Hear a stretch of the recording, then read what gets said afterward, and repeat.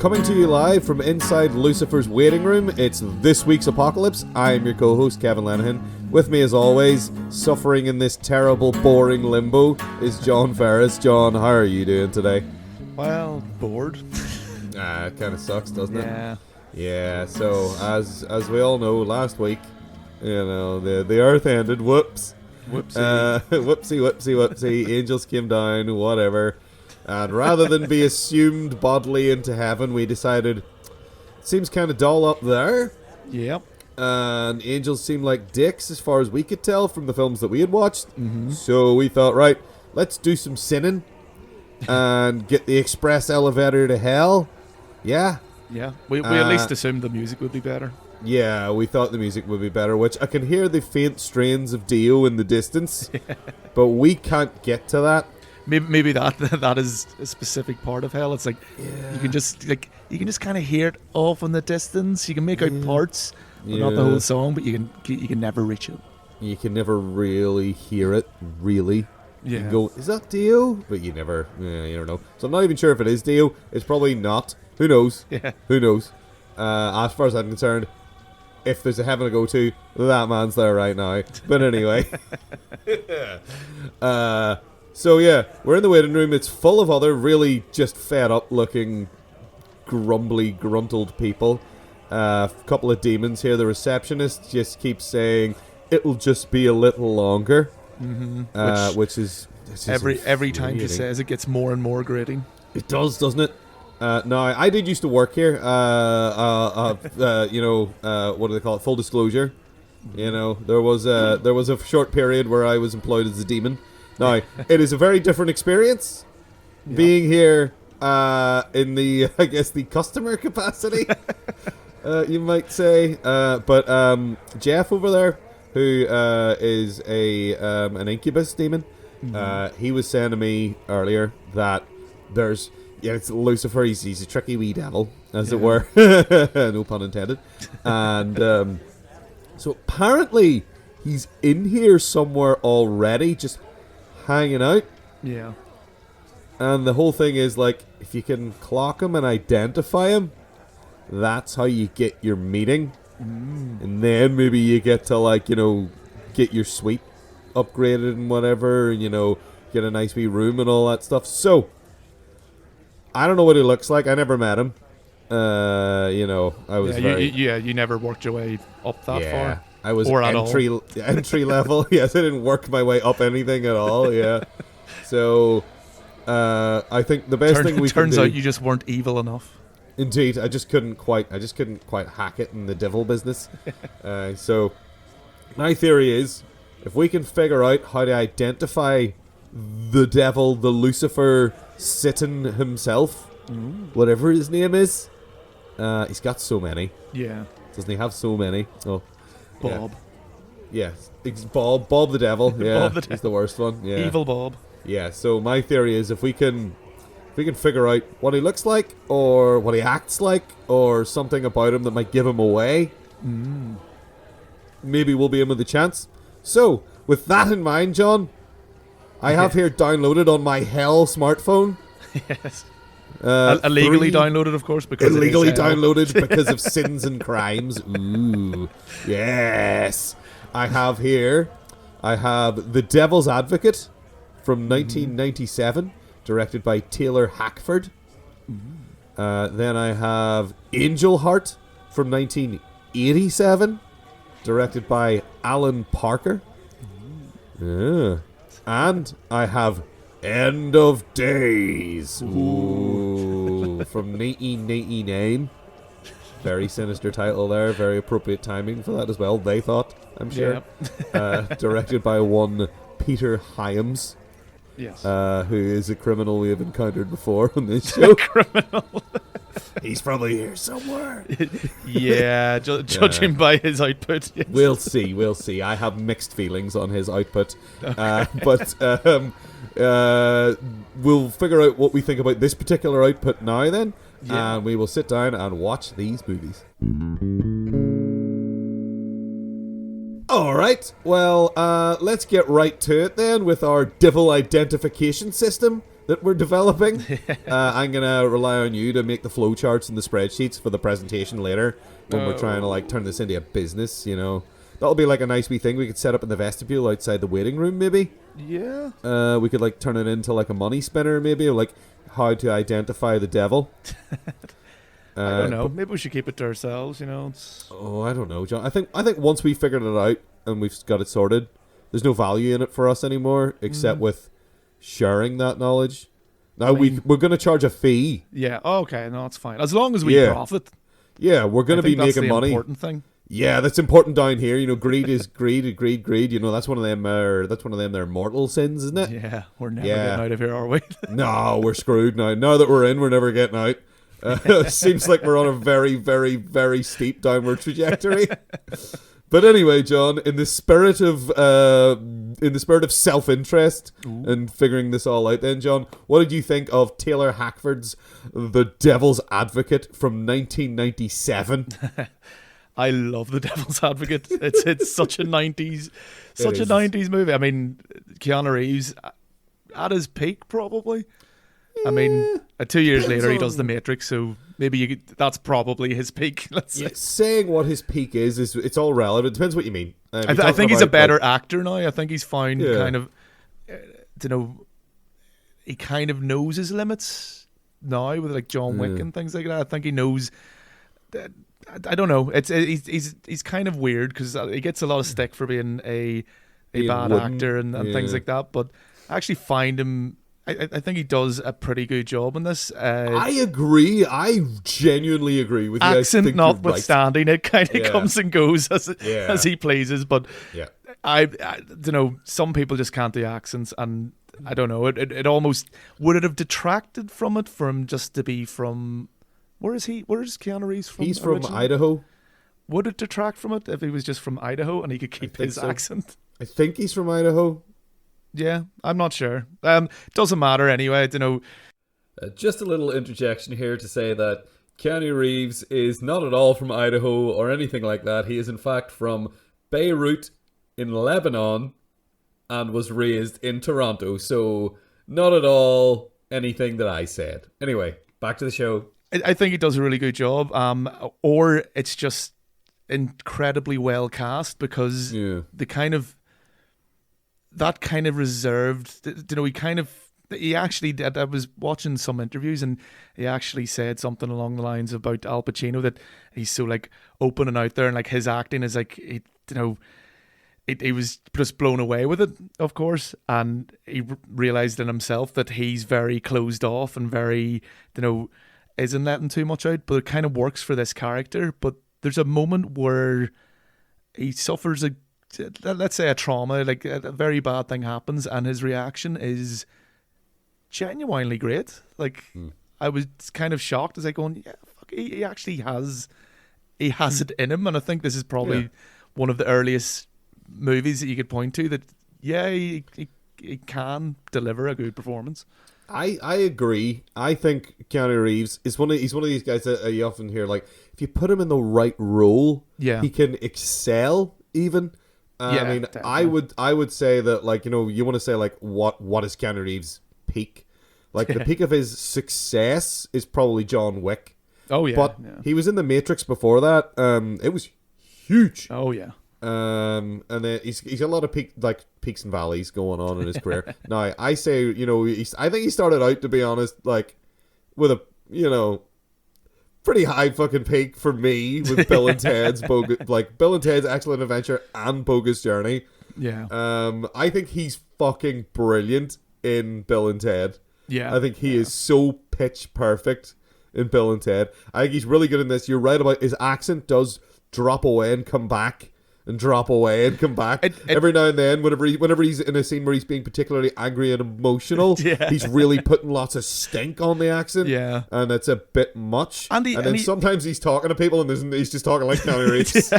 He put the work in for this movie though. I don't know whether it was because he was going to be working alongside Al Pacino, so he like really went out of his way, or if it was just if he was going to do this anyway. But he hung a lot around with a lot of lawyers and like New York lawyers, and really wanted to see how they got on with each other and their day to day.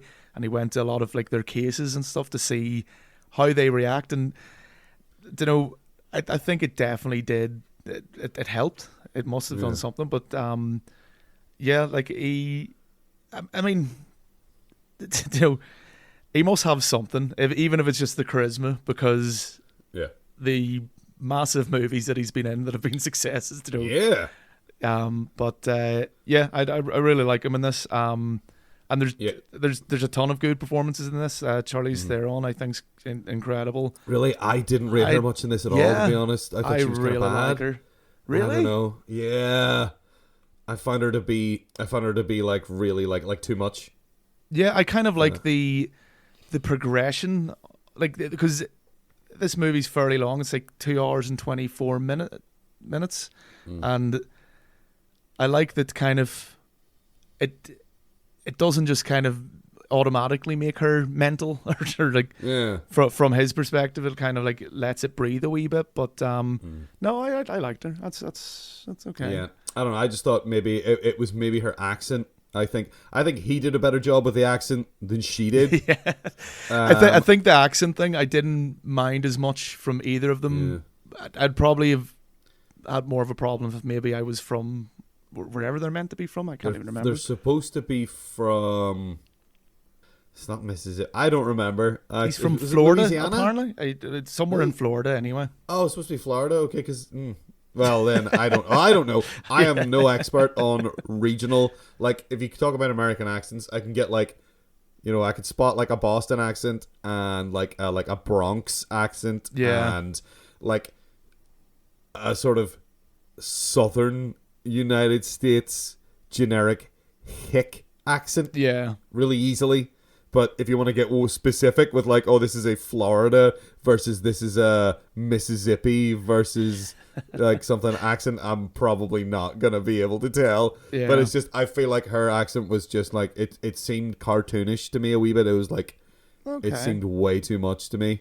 I think like, outside of that, I think she was grand. Yeah. Because before going in, I was like, oh, here's Keanu Reeves, who's going to be in scenes with Charlize Theron and Connie Nielsen and Al Pacino. Oh no, he's fucked. Yeah. But then I saw it and I was like, he's actually holding his own here pretty well. And Charlize Theron, I feel, was the one, like, I was expecting her to be fucking brilliant. Yeah. Because she generally I like the bits where like she's not when it's kind of full meltdown mode where you know she's starting to hear things and it's like real like panicky and jittery. Like at one point she actually does start going, Did you hear that? Yeah. And I liked all that. But I mean, the role that really makes this movie though is Al Pacino. Yeah, you can't overstate how clutch he is to the whole endeavor, and his performance is overstated in a way, and like it's subtle, and then it very suddenly isn't subtle. Like constantly, he just has a lot of like trigger points. It's kind of like when you're watching Scarface and you're looking at Tony Montana in that, and you're waiting for him to explode. Yep.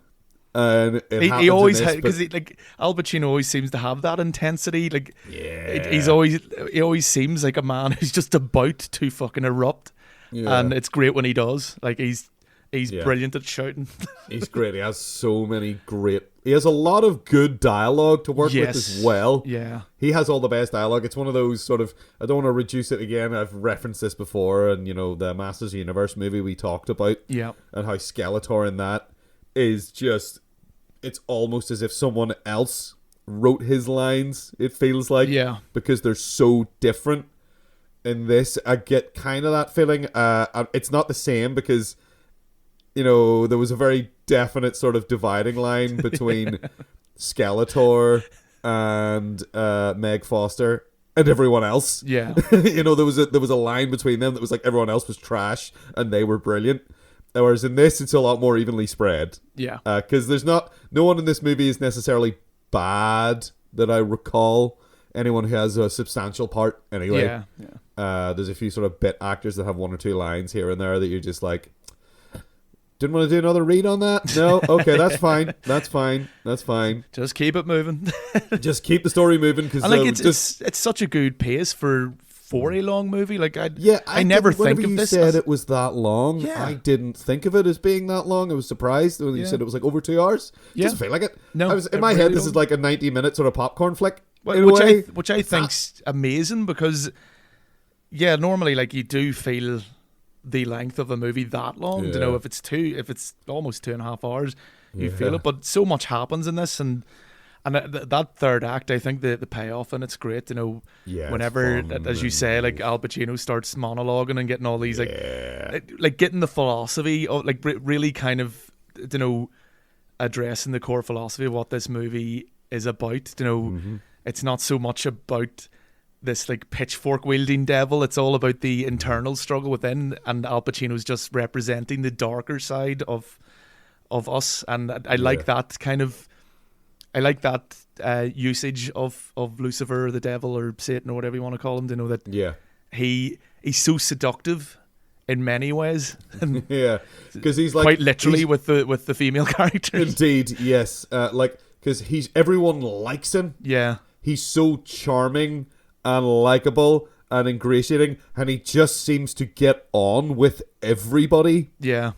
He'll just walk into a room and then everyone will be like, "Oh, there he is." Yeah. Or he'll just walk up to someone he's never met before and just start chatting away to them like he's known them forever. Yeah. And they're immediately just enamored of him, and you're like, that's a really good way to portray like the devil figure, the Satan figure, as being like, because we saw some other movies recently where the devil was very sort of outsized.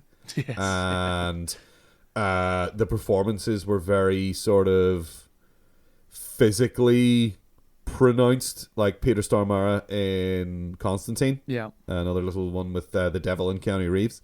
And like his performance was great because he had all these weird tics and he was so just, you get this real vibe off him. And Viggo Mortensen in The Prophecy, which is like the only good thing in The Prophecy. And he's very sort of kind of, he's a very hissy kind of devil. Very, very serpenty. Yeah, whereas like Al Pacino is just like, I mean, he's Al Pacino. He's been in some garbage in his time. He has. But he's usually when he's in the maelstrom of garbage, you're usually like, well, at least Al Pacino's in this, and I can concentrate on him, and he's grand. I never actually watched that awful Adam Sandler one that he was in. Oh God, I seen the scene that Al Pacino's in, and No. I thought the same thing. He's in the whole movie. Oh. It's not a cameo. I thought it was a cameo. It is not. He is just in that film a lot. Yeah. So don't. Actually, what's really interesting, Red Letter Media did a really good sort of analysis of Adam Sandler and how he's a con artist. And they talked a lot about that movie. And they used it as an example of here's how he's scamming the people who are giving him money for these films. Yeah.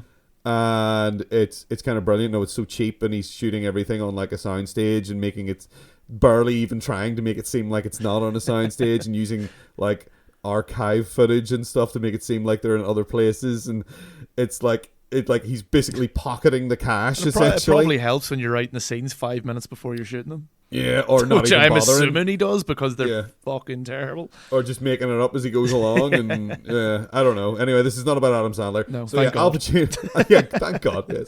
I don't know. Maybe we'll end up doing Punch Drunk Love sometime or something. That's a great movie. Yeah. True. Al Pacino's fucking brilliant in this. Keanu Reeves is surprisingly good. Yeah. And I think he's great. As you say, you like Charlize Theron in this. Yeah. Thought she was all right. I just thought that like there were times where it seemed like cartoonish and way over the top. I like cartoons. Which I didn't expect from her. I think maybe it's because I was expecting her to be great. Yeah. I mean, this is very early on in her career as well. Like she was only 21 or 2 or something whenever she got this. But I mean, the supporting cast, as you mentioned, are great. Of course, Jeffrey Jones stands out as Eddie Bazoon.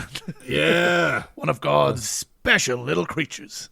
Which is just like a whole like side plot that I fucking love. Yeah. It's the whole Eddie ridiculous. Bazoon thing. Yeah, that's all good stuff. Like, that's very good stuff.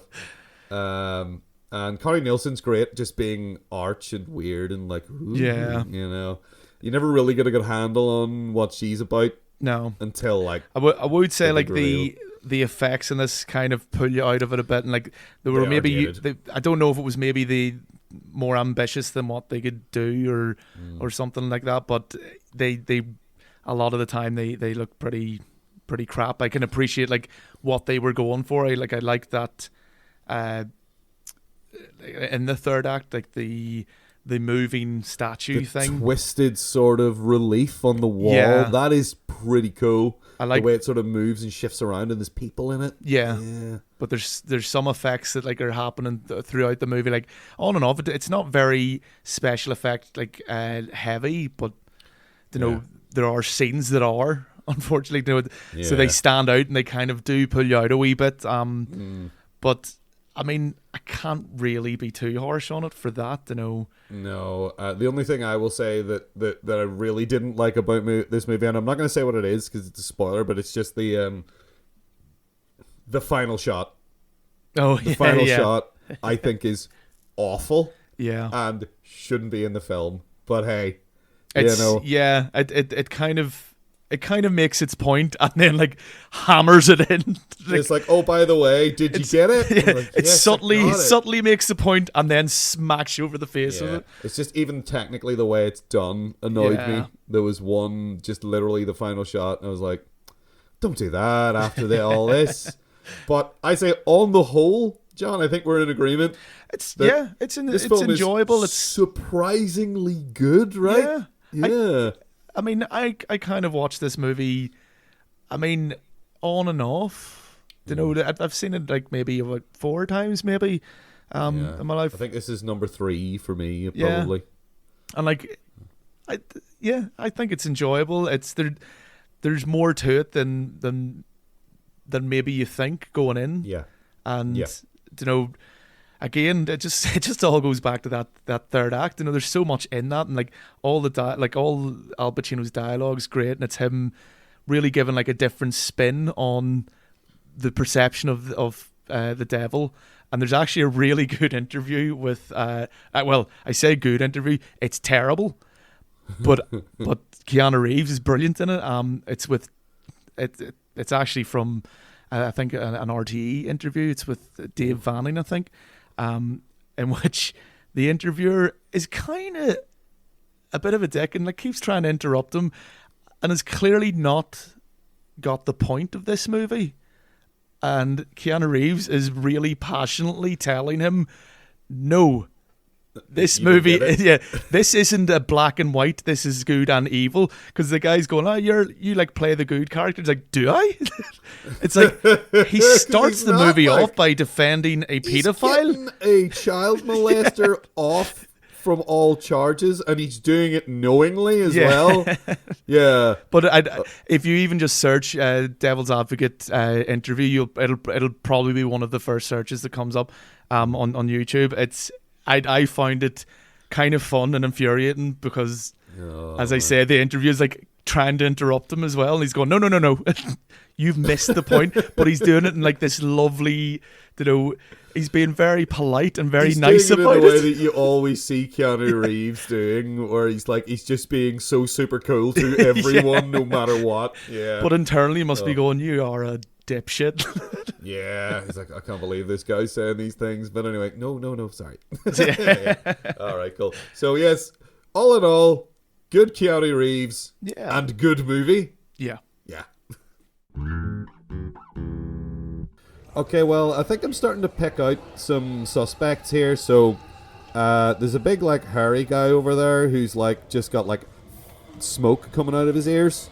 Mm-hmm. So I don't know. That seems quite, that's weird. I don't know. Maybe a red herring. That seems almost too convenient. Yeah, and like I'm wondering, is this like a Beetlejuice scenario where like when you die, you're left in the state that your body was when you died? You know, the way there's like the guy who's flat with the tire track, and all that, or is this like more sort of a, are you represented by the kind of person that you were? Because there's another guy over there who's literally wearing a big red suit with sort of a satiny kind of hood with little horns on it, and he's got a plastic pitchfork and a tail.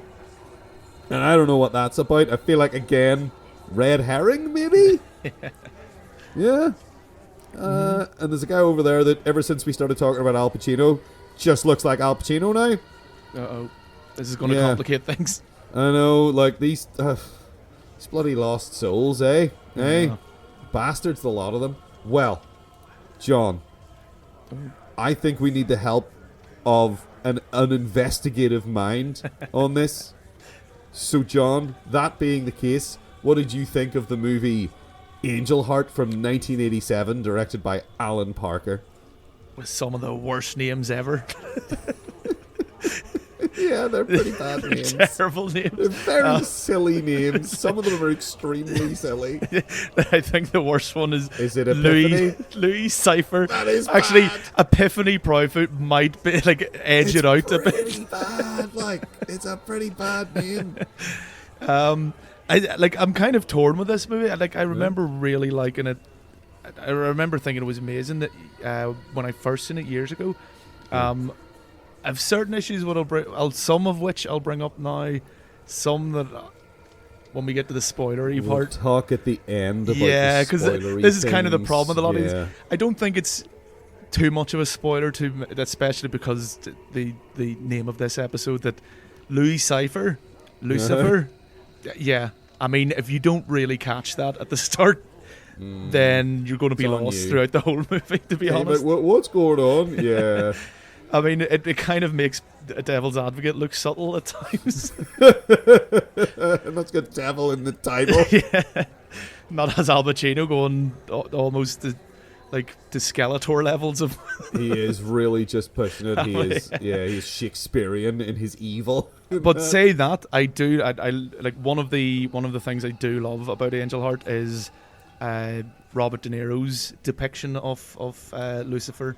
Yeah, he is, for me, the high point of the film. And I think it was kind of... Isn't this one of these movies that was kind of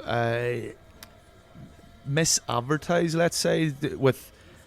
It kind of makes out that he's a larger part of... Like, he is story-wise, he's an important figure, but he's not in it much. Yeah, that has happened a few times with Robert De Niro specifically. Yes, yeah. There's one film in particular... there's a film that I actually really, really like. Yeah. That I haven't seen in a while, so I wonder how it holds up. Copland. Yes, yeah. Starring Sylvester Stallone and Ray Liotta, and Robert De Niro is in it. Robert De Niro plays like his chief or his boss in it. Plays Sylvester Stallone's boss, and he's all over the trailer. I think like he's in the movie for like a sum total of like a minute and a half, maybe screen time. Yeah. Because it's really about Sylvester Stallone's character, and I think it does that maybe a bit of a disservice because, as I remember it, I remember thoroughly enjoying that film. Yeah, I remember it being good, but it almost taints it because you're like, when you realise, not that you were there to see Robert De Niro. Like, I never really go out of my way to see a movie just because a specific actor's in it. But some people do, though. Yeah, but they're weird. Well, that's why he's in that trailer, because they want to get that percentage of the audience to be like, oh, De Niro, I will go see that because De Niro. That was probably the thinking. I hate to bring this up again. That was probably the thinking when Adam Sandler was like, oh, I'm going to get Al Pacino to be in this you really cannot get off Adam Sandler. Jack and Jill movie. I don't know. He's just one of the most disappointing people in Hollywood because... And that is saying a lot. I know. Just because... And I don't mean like in his life as such. I mean, I'm specifically talking about his work. Yeah. I don't know that much about Adam Sandler as a person. There are way more disappointing human beings in Hollywood than him. But I'm just saying that, like, I've seen him be a great actor and be in great films. And then most of his output is just the worst kind of trashy comedy. Yeah. That is lazy is the lazy and cheap. Yeah. It describes, I think, 80 to 85% of his career is lazy and cheap. And then some of it that isn't produced or directed or written by him is excellent. Yeah. Like, again, I bring it up again, but Punch Drunk Love is an excellent film. Anyway, I'm going to stop talking about Adam Sandler now, and I'm not going to bring him up again. I'm sorry. I'll believe it when I see it, or don't see it, as the case may be. I'm going to be careful, do my best, right? So, So, as far as you're saying, yes, right, De Niro's performance is very important in the movie, and he is extremely memorable. And he based it on Martin Scorsese, which... Yes, you mentioned that to me before, which is such a weird thing for him to have done. But and if you watch any interviews or any kind of like behind the scenes stuff with Scorsese, you can kind of see the Scorsese in his performance, and I don't know, it works very well. Is it just like his mannerisms, or is it the way he talks? What is it? It's like the mannerism. Yeah, the way he talks, like certain kind of there's a certain like gravitas that he has, or like certain, you know, because he kind of speaks a bit gentle in it, but there's an intensity to it as well, you know. But I don't know, it's like you can't see it. Like if you put the two, like if you were watching an interview with Scorsese and then watch that straight after, you would definitely see similarities in their speech. I mean, it's not just that, obviously, you know, Robert De Niro's not kind of just only using this one, you know, friend of his as a template and going with that, but no, you can see elements of it in it. But yeah, he's brilliant. I mean, what's his name? Why is my name blanking? Mickey Rourke. Yes, you know, he's very good in this as well. Yeah. Apparently the two hated each other though. Really? Oh, yeah, my. It's a feud that's continued to this day. Oh. Yeah.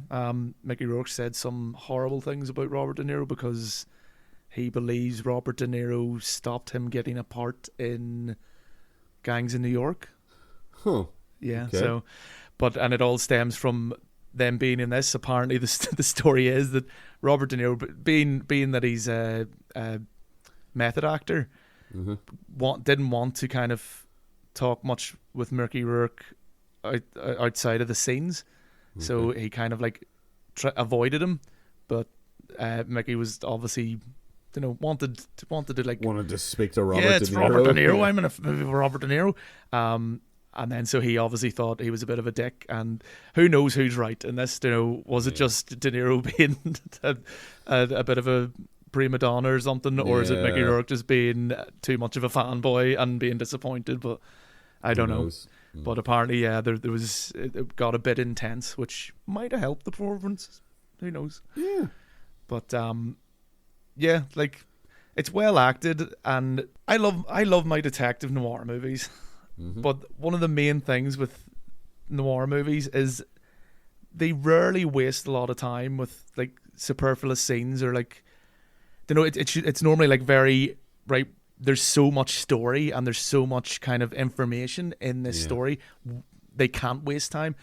But I found in this they had some of these like kind of pointless action scenes with the guys trying to chase Mickey Rourke's character out of the... he has people constantly, like, I mean, you do see that in film noirs now and then where the main character gets roughed up. Oh, yes, yeah. And then that's sort of like an accent to them for the rest of the movie. You see that in stuff like The Maltese Falcon. You see that in Chinatown as well. That's the... Chinatown especially, he's got like the little... He's like, he gets his nose broken in Chinatown like twice, I think. And he's always got the wee thing on his nose just to remind you that even though he dresses all fancy and associates with these people, he's kind of a rough, kind of scummy guy. Yeah. But it doesn't, like, in this, at one point, you know, he already has this encounter with the guys, and that's fine. That makes sense, and that, like, that you know, they beat him up and with the dog and all that, and then they have this whole bit in a stable that seems to be going somewhere until he runs past a load of chickens in a kind of almost Indiana Jones type, why did it have to be chickens kind of way. The way he's got his arms up, it's very much that. And then it just cuts to him at a racetrack with the guy that he was on his way to meet, and you're like, what was that about? And there's a few like, you know, that's the one that's stuck in my head, but there's like a few meandering scenes, but you know, apart from that, like, because it kind of probably annoys me more that it does such a good job of getting this really intense atmosphere, and like everything else works, that it stands out, that the time wasting parts of it, you know, or as well, like the cheesy parts, with like the scream when he finds a heart that's been cut out of someone, and then he finds another guy who's been drowned, and there's this like, I think it's multi-layered as well. Like they just scream, "Whoa!" It's like, right. That's an odd directing choice, but yeah, it's a bit weird. But I mean, apart from that, like, there's so much good in this. Like the there's this like piano music that's played like really, really, really badly, but it's so good. It's like it's so like amateurish, deliberately badly, almost. Yeah, and just how that ties in. Later again we'll be able to talk about it more kind of in the spoiler part of the podcast, but and there's a few dodgy performances in this as well. Particularly I thought it was a secretary, but I don't think it is. It's like the blonde woman who just starts stripping and like dumping exposition on him. She's his friend who is, I think she works for the police department. Yeah. She's a secretary for the police department who he is having some kind of illicit affair with on the side, I think. Yeah. And she's his source in the police department that he pays and also has sex with, I think, is who she is. She was terrible. Her acting was not great. No. But she's very minor role. Yeah. Oh, yeah. Yeah. I think this movie is, as far as atmosphere goes, is kind of pitch perfect. Yeah. Because it's got that sort of Raymond Chandler noir, private eye on the filthy streets, hobnobbing with the rich while getting down and dirty with the poor, and like, he's a rough customer when he needs to be and all that stuff. Yeah. Like, that stuff's really, really spot on. And then it has this weird edge to it where you're like, wait, what the fuck is going on here? Because you always get the red herrings and stuff in those films and those books. Yeah. And they do that here a little bit, but then it all actually does come to something often. But it's weird. It's like you think it's the stuff that you think it's a red herring. Yeah. But then before you really realize how deeply they're going to get into the supernatural element, it feels like, oh, that's just red herrings, that's just this is nothing. Yeah. And you're like, oh no, maybe this is actually all connected. So I really like that. And again, like, it is as a sort of a reference or a tribute to old film noirs. I think it works really well on that level. Yeah. Where you're like, oh, I see this, I see the Maltese Falcon in here. Yeah. So that stuff's really good. Mickey Rourke's very good too. I think he's brilliant in this film, and Robert De Niro is fantastic. Lisa Bonet is great as well. I think she's brilliant. I kind of have had a problem just with. There was part of me kind of, if you took Epiphany Proudfoot out of this movie, would it really make a difference? I think they put her in because for one very specific reason, which I don't think, which I don't want to talk about now because it's kind of spoilers. It's very spoiler. So she needs to be in it for that. Yeah. Also, I think she was sort of a star on the rise at that point. Yeah. Because she was very big on TV before that. She was in Cosby Show quite a lot. Yeah. Let's just not talk about him, please. But she was in that and she was on the rise. So it makes sense that she has maybe a larger part in it. But yeah, I get it. Like, she's maybe not as necessary as you would think. Yeah. You think she's going to be, but I think she definitely should be in it. It's definitely an important element. But yeah, I think this film could do with being maybe about 15 minutes shorter. Yeah. I think there is some loose sort of fluff that you could lose, like that whole scene you were talking about where he's just being chased by guys. Yeah. And it has no purpose. I mean, I guess they're trying to maintain the sort of idea that, oh, he's still being chased. Yeah. He is still in peril from these people. Which again is grand if they're going to make something of it at that stage, because this is kind of creeping into it is the third act at that point, Yeah. He's on the cusp of making that's the huge his final revelation. Run towards doom. Yeah. And it is one of those movies at the end, if you think about it too much, it'll not make much sense to a lot of it. Yeah. But I kind of, it's almost unimportant at that stage. It's like I get what it's saying and what it's doing. But yeah, if you were to sit down and really go through it, you'd maybe go, huh? But I'll maybe cover it, later. And this is also it's based on a novel by the guy who wrote Legend as well. Indeed, yeah. Which is weird. Yeah, because very different. I think tonally, I cannot really see much of a connection, except for there is a sort of a supernatural element to Legend. There's an extremely supernatural element to Legend, and there's a more subtle one here. Yeah. But like as far as like I think like I don't know how much the dialogue in the movie Legend was based on the dialogue from the book Legend, because the dialogue in Legend is fucking terrible for the most part. I don't know how closely the dialogue in this is based on the book, or what the connection is there. I think the dialogue in this film is very good, mostly. Yeah. From what I can remember, there's. Yeah. I mean, there's some great scenes in this. It just what you said there, where like if you cut like 15 minutes out of it, or edit it down a bit, and like there's some strange. Again, I'm going to use the word cheesy. There's some strange like cheesy edits that are used at times that. Really don't fit in with the rest. Like it takes you out of that kind of noirish feeling, and okay, might be trying something different because, especially then a supernatural detective noir movie would be very unique. So he's trying to like walk this tightrope, and it'd be it's fairly unique now for a movie because there's still very few of them. But I think edit it down a bit and. It would be much better, but I mean, as it is, it's still very good. Yeah. It will scare you to your very soul, as the tagline goes. That's a terrible tagline. I don't know if it's accurate, to be honest. It's not. It's not scary at all. No, it's not really a horror film at all. But I think it is very good. Still. Yeah.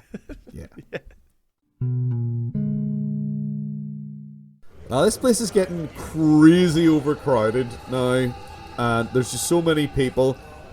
There was about 3.5 minutes there where literally everyone looked like Al Pacino, and then they all changed, and now they're all like different variants on like the big Satan from the Tom and Jerry cartoons.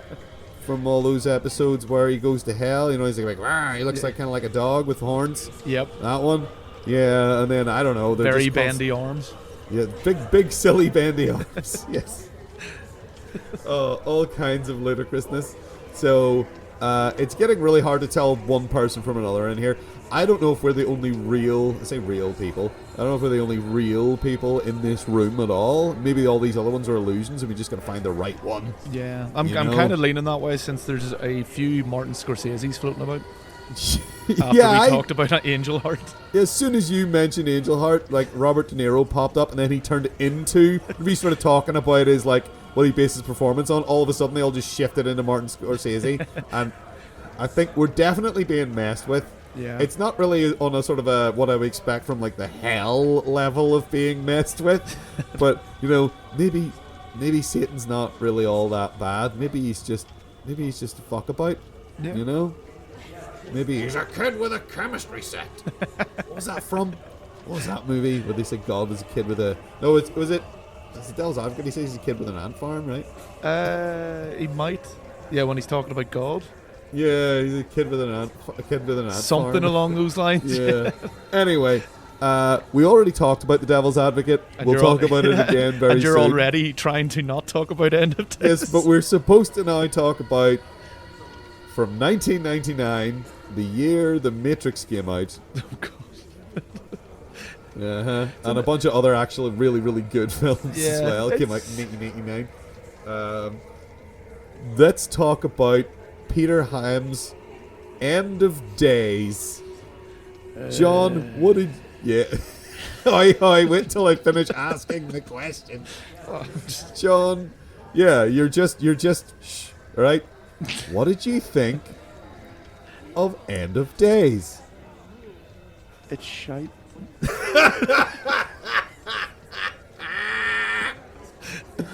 I almost want to just stop it there and have that be the whole thing, but it's better. It's better than Transformers, and we didn't do that with Transformers, so we have to give it its due. Transformers was like almost 3 hours of boring, pointless slush, and it's not. This is not a compliment, but this is 1,000 times better than Transformers. Yeah. It's at least you can derive some humor out of it. But that's kind of like saying, like if you're in like the wilds of the Antarctic and it was like negative like 90 degrees. Yeah. And you were like one day, and then the next day it was only negative 45 degrees, and you said, well, it's better than yesterday. It's still awful. But so I'm just going to say what I thought of this movie, because I feel like that's your whole opinion. It has Hector Salamanca as the Pope, which is awesome. Which is wild, yeah. for any Breaking Bad fans, you go. Yeah. Yeah, that's the first thing I said when I saw him. I was like, that's the guy from Breaking Bad. He was brilliant in that. He's kind of okay in this. He doesn't have a lot to do in this. He spends a lot of this movie sitting down. Yeah. As well. He doesn't really do anything but sit there and mumble in Italian. Yep. But which actually is kind of similar to Breaking Bad. He just mumbles as well. He mumbles in Spanish in that instead. Yeah. So I'm going to say about this movie that it is kind of a pile of shite. But there are a couple of little wee handholds for me here and there. Yeah. That you can cling to. I can't wait to hear this. A little bit. So, positive things about End of Days. So, we're not going to be here for long, are we? I feel like if I say the wrong thing here, you're just going to walk out. So, I kind of like, and I'm overqualifying everything I say, I kind of like the fact that Arnold Schwarzenegger, who plays our lead in this movie, is playing a character. Well, he's supposed to be playing a character that you are literally having to qualify everything. I do, right. He's supposed to be playing a character, which is a kind of character you wouldn't usually expect from him. Somewhat, in that he's like a guy who's done with life, but they are, to be honest, they're just kind of ripping off Riggs a bit from Lethal Weapon. Oh, big time.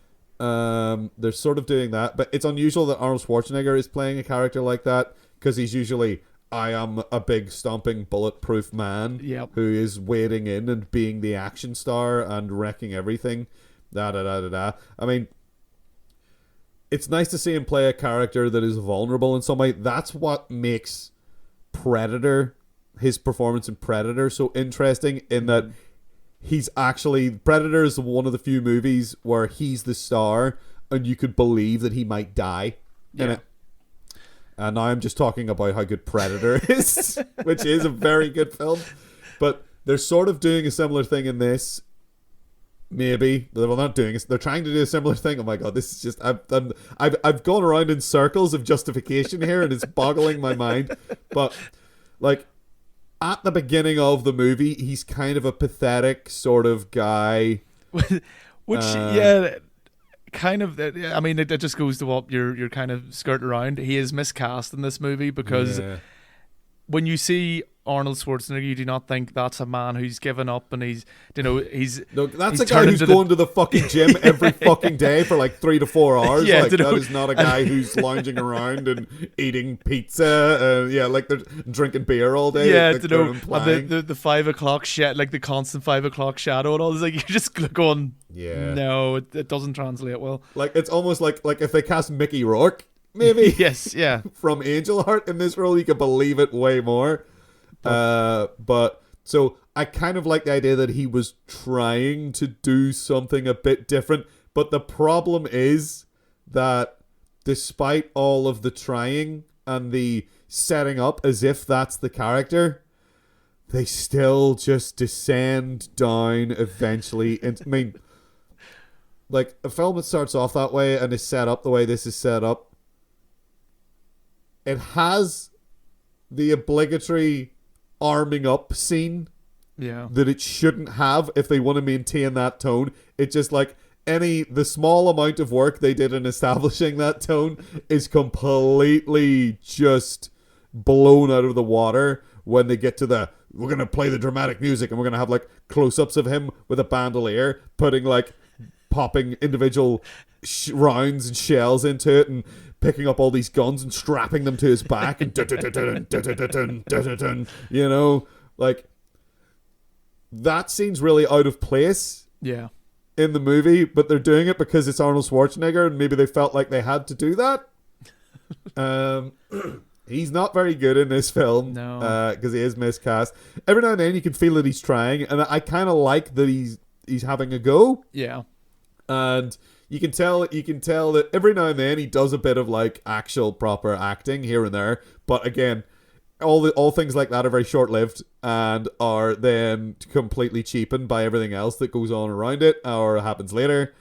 So he's bad. There is a little bit of background information that kind of explains why this movie and like, you know, why this movie, John? Why this I'm just movie? going to ask you, John. John, why this movie? Why this movie for Arnold Schwarzenegger? And also there's a gap. See, the film he did before this was Batman and Robin in 1997. Another terrible movie. But apparently he had heart surgery in this gap, and he found it difficult to get work because the insurance guys did not want to. You know, they didn't want to offer him anything.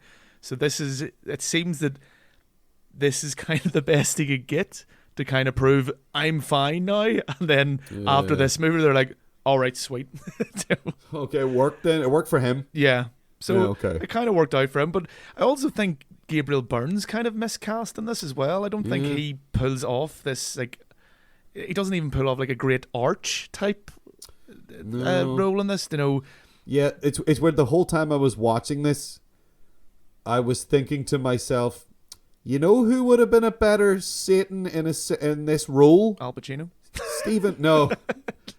Stephen Ray, another Irish actor. Oh yes, Stephen, who's pale, dark-haired guy who could fill this role. I thought that's the whole time I was thinking it'd be way better if Stephen Ray was in this movie.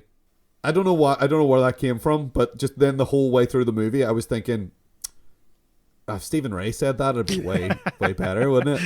If Stephen Ray was walking around saying these things, even like the possession scene, which happens fairly early. When he first becomes the devil. Yeah, like in the there's something really goofy about it, and there's some slapstick about a lot of his scenes. There's a bit where he gets hit by a train when he's Satan, and it just looks so stupid. Yeah, it constantly looks stupid. And the thing that annoys me the most about this movie is the sheer amount of edits in it. It actually was starting to give me a headache. Cut. It is. Yeah. At one point, I was starting to cut because I couldn't believe that. I don't think a scene lasted more than 3 seconds without it cutting, and it was just driving me mental.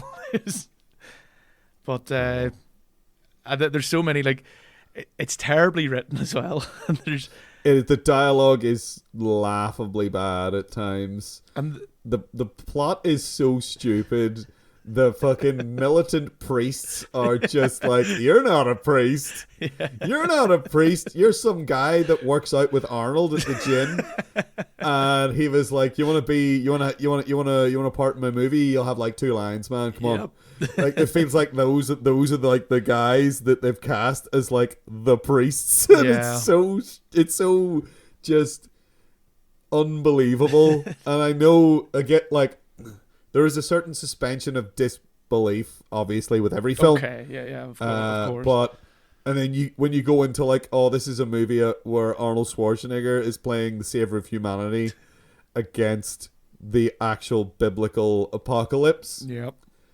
Okay, there's a certain modicum of like stink you have to put on that in your head, where you're going like, well, right, okay, I'm here for this. I will watch that. Ha ha ha. Mm-hmm. But it doesn't even deliver on that promise of, oh, this will be really funny, or this will be ridiculous, or this will be so over the top.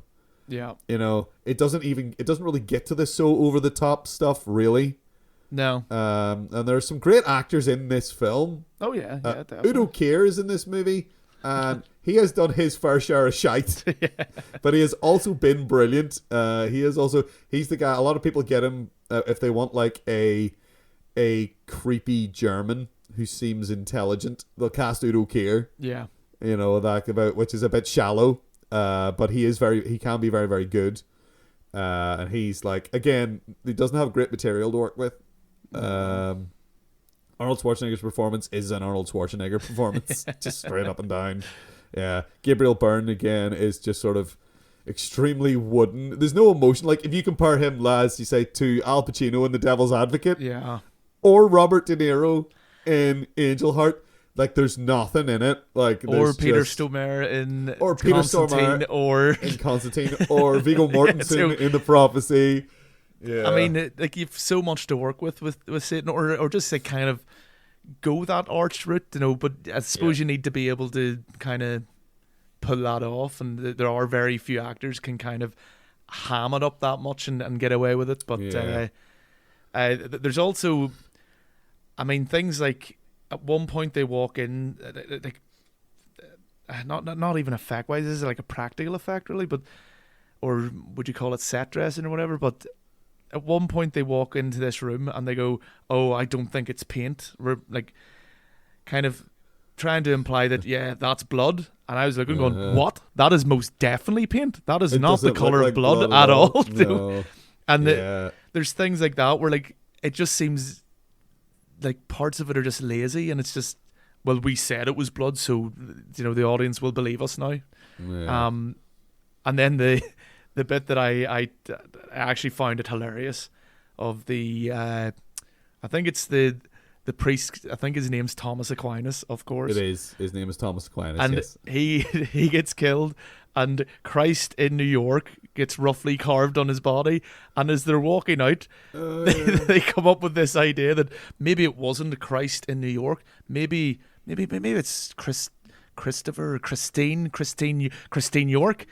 Instantly, that's how they find. Let's put her into the computer system. There she is. She's the only one. That's how they find Robin Tully's character. She's the only one in the whole state. Yeah. And luckily, and then even when you meet this Christine character, it just begs the question of why did they educate her and give her a normal life when they could have just brainwashed her and made her want this? Yeah, like they had her from a child.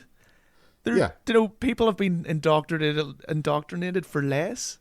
Yeah, I mean, have they never heard of the Skinner box? Like, I mean, that's the whole principle of that. He's the whole thing of like, give me a child, and then I will give you whatever you want. Yeah, and like that is it's that whole sort of nature versus nurture thing, blah blah blah, argument in psychology that I'm not going to get into right now. But there is a certain amount of truth to it. Yeah, and you can absolutely. I mean, there's plenty of kids have been brought up in cults. Yeah. Or just religions in general, and believe it based on basically nothing because someone told them in a position of authority when they were very young. This is true, and they believe it. Yeah. And they didn't bother doing that. No. They didn't bother. Like, no, let's give her a perfectly normal, loving life so that when her mother figure turns on her, it's like shocking instead of like... Yeah, it's absolutely fucking ridiculous that they brought her up the way they did, considering they are a Satanist cult. Like, they're a proper, like, devil-worshipping cult. Yeah. It's ludicrous. There are so many holes in this film that there's barely any film left from the holes. I mean, the book Good Omens does more work, and it's a comedy. It's more of a... It's it's a satire. It's a satire, it does more work making the characters and situation believable than this. And it's meant to be a bit kind of daft and, off the wall, just a bit, but it's great. It is wonderful. The TV show was pretty good as well. It was actually. I mean, I honestly thought that would have been a difficult thing to adapt, and It probably was. It probably a really was, difficult yeah. thing that they did have to do some things in some stuff and it doesn't work. But It's very well cast as well. everything with the main, yes, the casting. This is Good Omens we're talking about, specifically. not the movie we're meant to be talking about. No, let's talk about Good Omens for the next 2 minutes. So, yeah, Michael Sheen and David Tennant are fantastic in Good Omens. Yep. And it is about, I mean, it's about the same thing this is about in a way. Yeah. You know, so, yeah, I feel justified just saying, like, yeah, the Good Omens TV, it was Amazon made that, right? Yes, yeah, That's it them. was, yeah. Yeah, so they've got that. That show was very hit and miss for me in that I really liked every scene that had Michael Sheen or David Tennant or them both in it. Yes. The rest of it was a bit, I don't know, off. So some of it was, yeah, definitely. Some of it just didn't. It felt like it lent a bit too hard on being a bit goofy. Which I find is a problem that for a lot of Terry Pratchett adaptations, they always lean on the Yeah. goofiness, and it's like They always miss the reason. point. Yeah, the reason the books work is like it's like Lord of the Rings, only people are more self-aware. Yeah, people are more self-aware and more believable characters. You know, so it which should be makes shot funny. like Peter Jackson's Lord of the Rings. Everything taken Yeah. seriously, apart from the people, or like, even more so the people. But the situation, they should be like, "What the fuck are we doing?" Instead of this is ridiculous. I am a brave hero who does this. Yeah, like, yeah, we're not going to go all the way over there just to throw this fucking ring into a goddamn volcano. Surely there are other volcanoes. You know, that's the kind of thing that you would come up in a Pratchett book. Yeah. They're like, what? We're not going to do that. That's ridiculous. You know, it's so far. Yeah. No. Yeah. So, yeah, End of Days is a bad movie. Oh yeah, and it is. It's not necessarily one of those so bad it's good movies. No. It doesn't reach that. You know, it's no Carnosaur 2. It's got too much money in it and production to be Carnosaur 2. Yeah, and the effects look so crap, and it's Yeah, immediately dated. Yeah. Immediately dated, I think.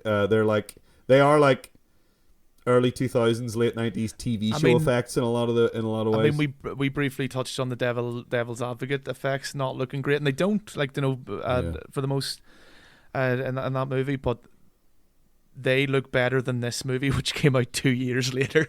Yeah. Which is disappointing, but you know, this movie's disappointing. So, meh. Yeah. Yeah. In summation, meh. Yeah. Kind of wish we'd watched Hexen or something different. Yeah, Hackson. Let's watch Hackson. Hackson instead. All right. Let's go. Well, now everyone in the waiting room looks like us. So that's no good. Uh-huh. So you're over there. I don't even know if the you I'm talking to is the you that I came in with. Is it you, for sure? Right back John? at you. Yeah, I think I'm me. Yeah, I don't have Are any you idea. Would I know? Oh, see, this is getting all very existential very quick.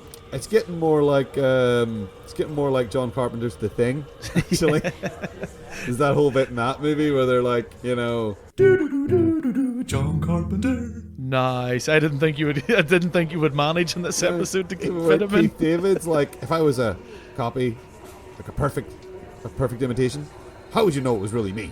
You know, and it's like they're all about like, would you know if you were taking over? Blah blah blah blah. Anyway, John, that's fine. That's neither here nor there, as they say. Yeah, true. Because before we figure out how to identify the devil himself, we're gonna have to figure out which of these movies was the best movie. So, John, and this will be spoilers for all three of these movies. Yep. You might care about that for Angel Heart and The Devil's Advocate. You probably won't care about that for End of Days. You shouldn't care about that for End of Days. So will we just talk about how crap End of Days is first? There's no real spoilers for End of Days. No, it's just like, bad. Let's just discard it. Yeah, because there's nothing. There's nothing really like surprising that happens in it. Even there's no big mad twist apart from the one thing that people might be surprised at is Arnie dies at the end. He does. And this is certainly at the time, this is the only time Arnold Schwarzenegger's character died when it was human. Ah. So there you go. There's a random bit of trivia about all the characters he played, because they were all heroes in action movies, they never died. So this is the first time. I mean, apart from him playing robots and shit like that. So that is the one significant thing about this movie. Yep, then there you go. Now we never have to talk about that movie again ever. It may in our come lives. up in the future at some point if I'm comparing. If I'm say we're looking at like a. Maybe there's like a skip full of old tires that has caught fire, and I'll say, you know what this reminds me of? This reminds me of Ghosts of Mars. And not End of Days. Nice. Alright, so we're basically, I think we're between The Devil's Advocate and Angel Heart for which of these is the best movie. Now, I think, if I was going to say, I think probably Angel Heart, I think is fantastic. It's great. It's really well shot. It looks great. It takes its influences and it wears them on its sleeve. Yeah. And it does it in a way that is respectful, and it's very much like film noirs. Remember film noirs? Weren't they kind of cool and great? They were. Yeah, they were. They were kind of cool and great. And subsequent ones, like there's a few people every now and then you get a movie that calls back to film noir, like, because I mean most of them happened in like 40s 50s, a couple in like the early 60s, and then it kind of gave way to westerns, became the popular thing then after that. Which is one I never really got into. Like there's a few westerns that I really like, but and I never really got into them as much as I really liked the film noir stuff, and even went back and like ones like Naked City and things like that, are really good, and you can probably get them free on different sites, legally free. I mean, I think the Naked City is like royalty free. I think you can just. There's a lot of them, like, and you can watch all these, and they still hold up really well. There's still like you're not getting like great shots or anything. It's very much like a play. They just set the camera up in a room and let the scenes play out. There's nothing like interesting kind of usually that way, but the storylines and the acting are usually spot on and pretty awesome. It's one of the few scenarios in our film genres in which like the narration really works. Yeah, there's a lot of it. It's like what I said earlier. Like a lot of the times they have so much information that it's like, fuck, right? We just need this narrator to give a wee info dump just to catch people up to this scene. And usually it's really well written because it's like most of them are based on like a book. Yes. And they've just taken something from that book and went, well, we'll read this paragraph because this happens then, and it explains what's going on in the character's head right now, which is important for the scene that's about to happen. Yeah. So they'll do that. That happens in The Maltese Falcon. I keep referencing The Maltese Falcon, but it is brilliant. It is a fantastic movie. And it's one of those ones where, the likes of cinematography were starting to get more interesting, and there's a lot of more interesting shots than that. Like the early, the very, very early ones, the camera work's not there, but the story is, and it's still such an engaging story and all that. I would definitely recommend them. I love film noir. Yeah, and it's nice when you get like, sometimes they have like a more modern one that will then refer back to your B one. So something like I mentioned earlier, Chinatown. It's great. I love Chinatown. I think Chinatown is one of the best examples of the genre. Yeah, definitely. It is so good. The plot in it is so exactly spot on for one of those films. And even more modern, you have like the likes of LA Confidential. You always have these ones that like come out of nowhere, or maybe not come out of nowhere, but they come up and they kind of revitalize the genre. And even that, I would argue, what's that Joseph Gordon-Levitt one? That's Brick. Brick, which is like a film noir in a school. Marvelous. It's fucking marvelous. It's very good. It takes all of the sort of technical elements of a film noir and discards the setting. It's not downtown LA as so many of them are, or like downtown New York. Yeah. It's a fucking high school in suburbia somewhere. But the cadence of so much of it like doesn't make sense. Like it there's no reason for him to be investigating this and things like that. They do give works. him a motivation, but he gets way more into it. Like he hasn't been hired as a private detective to look into it, which is the usual way that our protagonist in a film noir gets into something. Which is exactly what happens in Angel Heart. In Brick, it's that it was a girl that he used to go out with is missing. Yeah. And he's worried about her. And then that just spirals into this conspiracy that is happening that is ludicrous. But it is, again, like the dialogue, the cadence of the dialogue is perfect in Brick. The way the narration cuts in is exactly right. It all feels really good, but it's set like in like the early 2000s in a high school or in the area around this high school. Yeah, and it's fucking brilliant. And it is a love letter. It's a real love letter to film noir. It's like, here's what we love about film noir, and we're bringing it up to date a bit, but we're not bringing it up to date too much because the way people talk is the same and the way it's shot is the same, and it's all in black and white. It's all monochrome, grayscale, and it looks great. It feels great. The sound and it's brilliant. It's just the music in it is exactly what it needs to be. It's like sort of low, sort of like misty jazz, all that kind of stuff, which is real pitch perfect. And Angel Heart is one of those kinds of things, but it's still Angel Heart is set in the appropriate era, but not in the same kind of place. It moves to Louisiana, which is something that, it goes rural. Film noirs tend to be in and around big cities and stuff like that. People getting into scraps and altercations in apartment blocks and offices and stuff like that. But this sort of does something interesting with it. I think it's because they want to bring in the whole like the hoodoo kind of element. That makes that work. That's one of the things that doesn't work too well for me. Anyways, the hoodoo stuff is a bit. Every black character's into it. It's kind of this weird thing where like you're going, really, like it's a fairly weird depiction, but fair enough if that's what you're going for. Yeah, it's like I've come to talk to this person who's of interest, and they're a black person. Yeah, they're immediately connected to the hoodoo priestess. They've got chicken bones everywhere. Like you're just going, right, okay, whatever. Yeah. Again, some of it serves the story, some of it kind of doesn't. I did find like on this rewatch, just kind of being a bit surprised with the amount of faffing about that happened in it. There was like going, I thought it was a lot tighter than in my memory.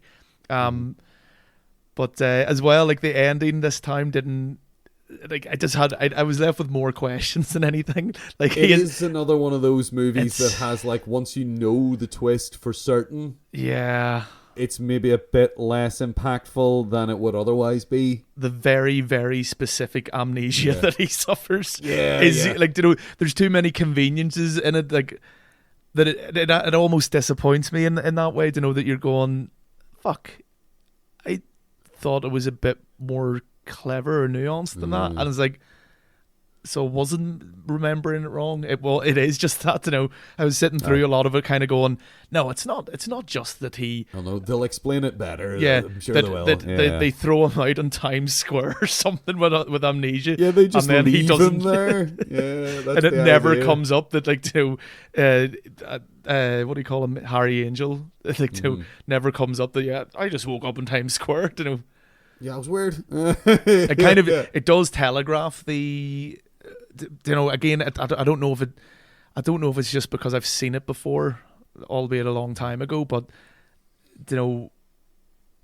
this time around is like going, like it's kind of obvious that he's gonna be. There's a picture of the guy he's looking for, and it's Mickey Rourke. Like, it's Mickey Rourke with a mustache and slick back hair, wearing a white suit and a bow tie. Yeah, and you're like, well, that's him. Again, because I knew it in advance, whenever it flashes up on the screen, it's not on screen for very long. Yeah.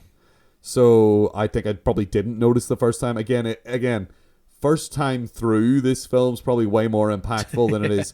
Much like when we were talking about Scream, and when you know what's happening in Scream, it's way less interesting. Yeah. Because we were both saying, I remember the first time I watched this thinking it was really good, and then you watch it again and you're like, this isn't maybe very good.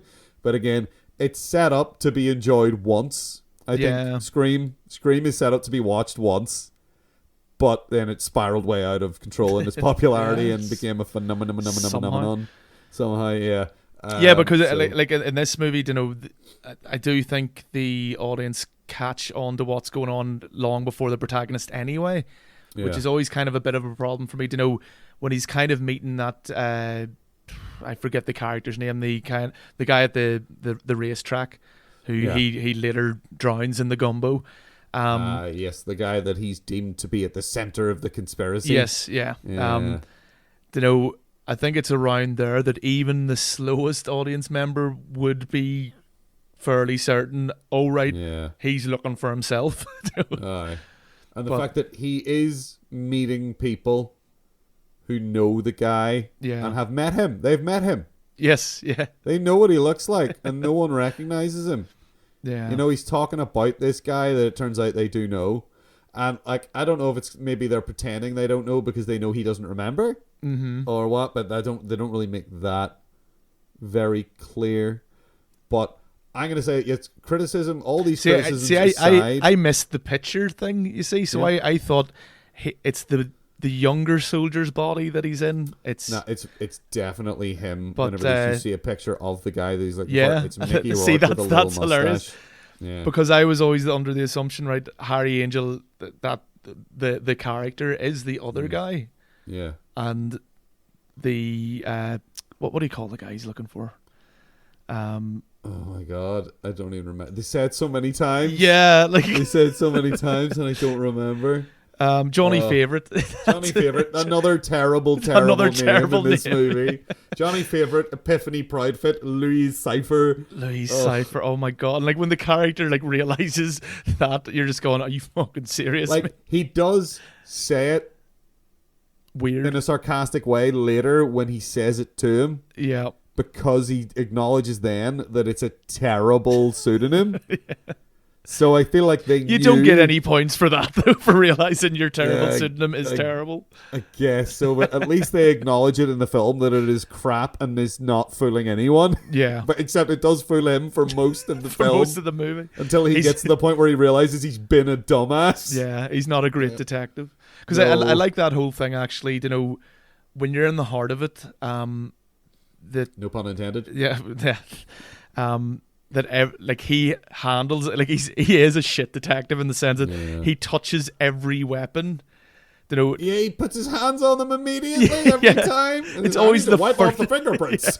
It's always the first thing. He goes into he breaks into a house and lifts every weapon, every possible weapon, and then goes about his business, and then of course someone ends up dead. He's like, oh shit, better clean it. It's like Craig T. Nelson's terrible excuse in The Devil's Advocate. When he has they got the whole thing where he's he has to defend this guy who's been accused of murdering his wife and one of his kids or so, his stepkids, and they're like, why did you touch the gun? And he's like, I don't know why I did it. I just knelt down and picked it up. I don't know why. Yeah, I was in shock. What? No, that doesn't seem real. And but then you see in Angel Heart, you see him do that. Yeah. Why? What? It does look stupid. The whole time you're going, what are you doing, you moron? Yeah. But why even leave the doorway of this room? You know what's happened since you stumbled in. You looked, you went, uh-oh. You should have just turned around. You would have just turned around and went, I'm going to leave now. Yeah. But no, he hangs around and picks about and picks things up and looks through shit. Well, I guess because he does find some important clues that way. But it's still fucking stupid. But I still think this is a great film. I still love this film. I still really like this. The devil baby at the end. Oh, the devil baby. That is the worst thing the film is. The glowing eyes. The glowing eye devil baby. The glowing eyes on Robert De Niro and the glowing eyes on the devil baby are laughable. Now, I will say this guy's film career, it's Alan Parker is the director. He's done some good stuff. He's done some stuff not so good. But he made Mississippi Burning, which it's a film I fucking love. Mississippi Burning. I think it's fucking brilliant. The Commitments, which is a good show. Oh yeah. Pink Of course. Floyd's The Wall, which is I don't know if Yeah. it's a good film. I like. Well, yeah. It's I mean, weird. it's difficult because we're fans of the band. It's kind Yeah. of is it a good But movie why or would is it just you watch tolerable? it if you weren't though? If you weren't into Pink Floyd, why would you watch Exactly, Pink Floyd's yeah. The Wall, the movie? Yeah. Yeah. So it is good Midnight then. Express, which is great. Bugsy Malone, which I think I hate. But I don't know. I saw it when I was a kid, and I think I liked it. And then I saw it again as an older kid, and thought I hated it. Maybe we'll end up in a situation where young gangsters are the problem. I don't know. Maybe I don't know. think I don't there's- even I know. don't know if there's enough movies about young gangsters in that yeah. context. And they're not even young gangsters; they're supposed to be adults in that movie, but it's a they're being played by weird kids. It's movie. a fucking bizarre film. He also made Evita, which is a pile of shite. I'm not even going to qualify that. It's bad. The musical itself, they're starting from a base level of bad. Because Evita is a terrible show. It's Yeah. popular and all, but I'm just going to say I think it's garbage. I think the songs are bad in it. I think it's just kind of crap. Oh no, Madonna's gonna. Angela's Ashes is just offensive to me. Yeah. It's so just, oh God, Jesus, we're so poor, we have to eat coal, basically is what that film feels like. Oh, for Jesus, all faith in Bagara, we're all starving and dying in the streets. I'll make another reference to it. Another reference about the famine, like. I'll make another reference to a book if you've read Flann O'Brien's Poor Mouth. It's kind of, Yeah. but again, that's like a comedy. Like it's Yeah. farcical. It's Yeah, again, but satire. They're based on other things. Like Angela's Ashes was a book by someone else, and Evita is like an Andrew Lloyd Webber piece of crap, I think. I don't know. Maybe I think it's an Andrew Lloyd Webber. I'm not sure. Either way, I think it's bad. Yeah. But he's done. But Mississippi Burning is great, and I do really like Angel Heart as well. Yeah. He's all over the place in his career, But that's every director really. There's only a couple you could point at and say, oh, they're all amazing. And even then, even the best have some downtimes. I mean, we've talked about Martin Scorsese here. Mm-hmm. Not all of his films are top shelf. No, don't. But the good ones are really good, and I think you can say that Alan Parker. I think the good ones are really good. I think this is really good. I think The Commitments is really good. I think Mississippi Burning is fucking brilliant. Yeah. It's absolutely fantastic. As far as The Devil's Advocate goes, I liked it a lot. Yeah. I liked it a lot, and again, the one problem I have with it really. I say the one problem. The most glaring thing was, and we'll talk about that ending scene now, because I really don't like it in a big way.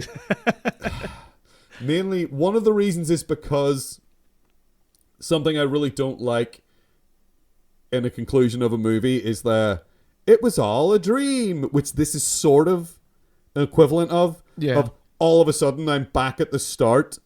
But now I know enough to change things. Mm-hmm. It's lazy. I think it's lazy. I think it's lazy writing. I straight up. I don't mind it so much in this context because it almost it's like almost making the point of like he has no escape from this fate almost. That that it's inevitable that he's going to make bad mistakes. I get that. It's the very like it's how they handle it. Like. Once he kind of I know what you mean. It is very lazy. Just that like it was a dream, but I think they wanted to make that point of, it's not so much that because in this movie, although they have a physical representation of the devil in Al Pacino and his great performance, it's all about he doesn't do anything bar seduce him. And like kind of get him to kind of, it's all within him. The evil and good is all in this character, this Kevin Lomax character to begin with, and it's all to do with his pride and vanity, and and he thinks he's doing the noble thing at the end, but again, he's just going to catch him out because it is self-serving in a way. And I kind of appreciate that, but. Yeah, I know what you mean. It's kind of like an easy way out. Yeah. I don't like it when that happens in any sort of story in general. Yeah. No, that's not the bit about this ending that really annoys me. No, that's the bit about this ending that really annoys me is when someone comes in to tempt him, as it were, with other opportunity. And then it morphs into Al Pacino. Really badly. Who then looks directly into the camera. He mugs to camera when he says the last line of the movie. And then I see a red door and I want to paint it black. And paint it black, and the Rolling Stones starts playing. And it's just like, I was so on board with this movie, and then they just pulled the rug out from under my feet right at the end. Yeah. When I was ready to come on here and say, this film's actually like really good. Yeah. And I can't say that now. I can still say I really liked it, but there's just that was such a just anti-climax letdown. Yeah. It's cheesy it's the fact and that bad. It's just when he looks into the camera and addresses the audience, it's like, you have not established that at all up to now. If he had every now and then done that throughout the runtime, it should have been more like Ferris Bueller's Day Off, where Satan's is like occasionally looking at the camera and go, I'm going to tempt this motherfucker. Yeah, watch what happens now. Hey, guy. What this guy doesn't know is his wife's fucking his best friend right now. Yeah, and I'm going to tell him about it in Spanish. Yeah, that would have been fine. I would have maybe even liked this movie more if it had committed to something like that. But yeah, as it stands, that ending is just, it's a gut punch at the end. I agree. It's definitely, it's a bad choice, and it doesn't fit into what I consider a pretty damn good movie, you know. Yeah. Again, I don't mind this concept of like it reverting back, almost not even that it's a dream. It's just like, has the devil done something to try and tempt him again, or I don't know. But you know, again, it's not a deal breaker for me though. It seems to be a deal breaker for you. A little bit, yeah. My main problem is just that final shot. Final shot, really. The final like 3 or 4 seconds before the credits run, and then the song that starts playing when the credits run. It's I hate that. I mean, thank fuck it wasn't Sympathy for the Devil. Yeah. But still. Yeah. Yeah. It is very, very cliched and very, very strange. It is, and that's why I think Angel Heart is a better film. Yeah, although I do like Angel Heart better. I think I prefer Devil's Advocate definitely. I thought it was going to be Angel Heart. In fact, this whole thing was like after I watched the 3, I was like going, we should maybe do a thing like before the podcast, like before we watch the movies, where we go, what one do you think is going to be your favorite one? Yeah. Because I was certain Angel Heart was going to win, and then was like, I forgot how stupid this movie is.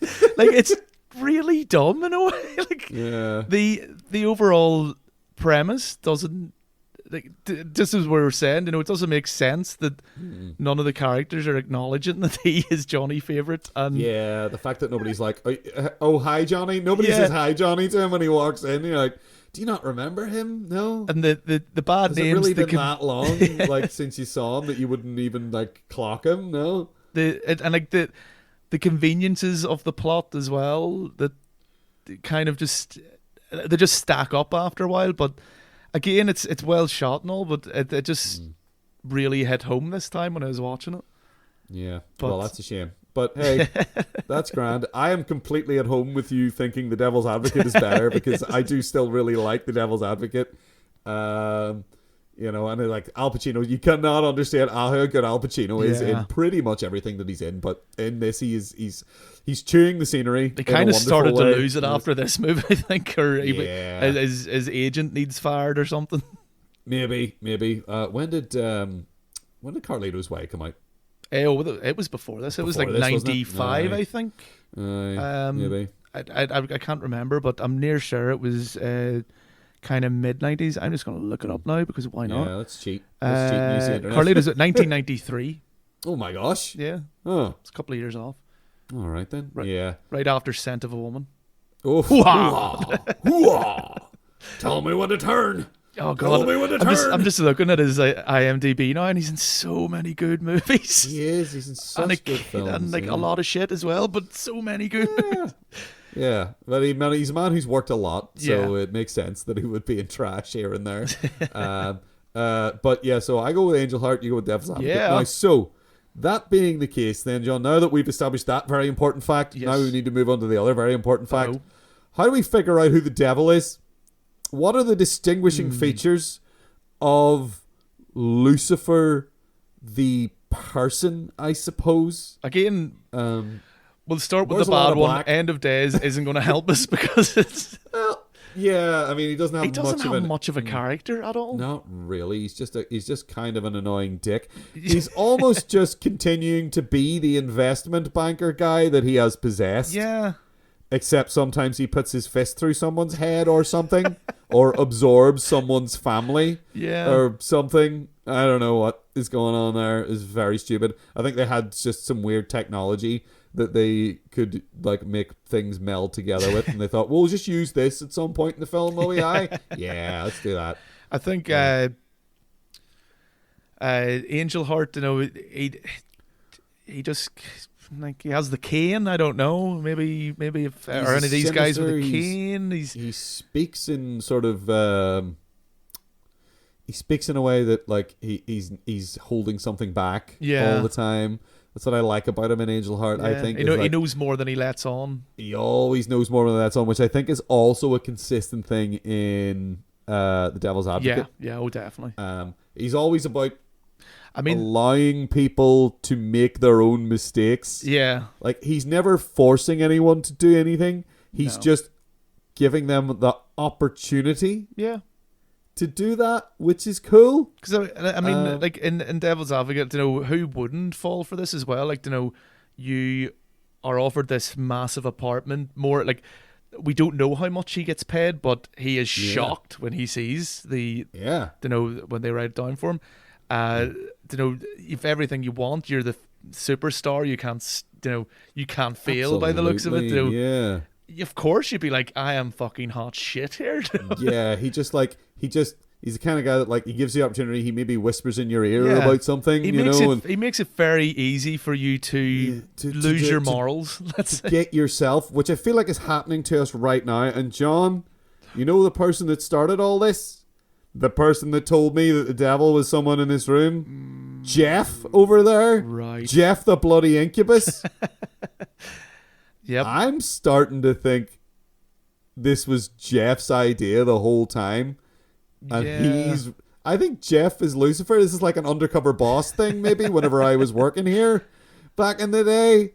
Yeah. It certainly does make a lot of sense. Fucking Jeff, man. He know always, what? he always seems to be holding something back. He's always eating eggs as well. I never really noticed until now.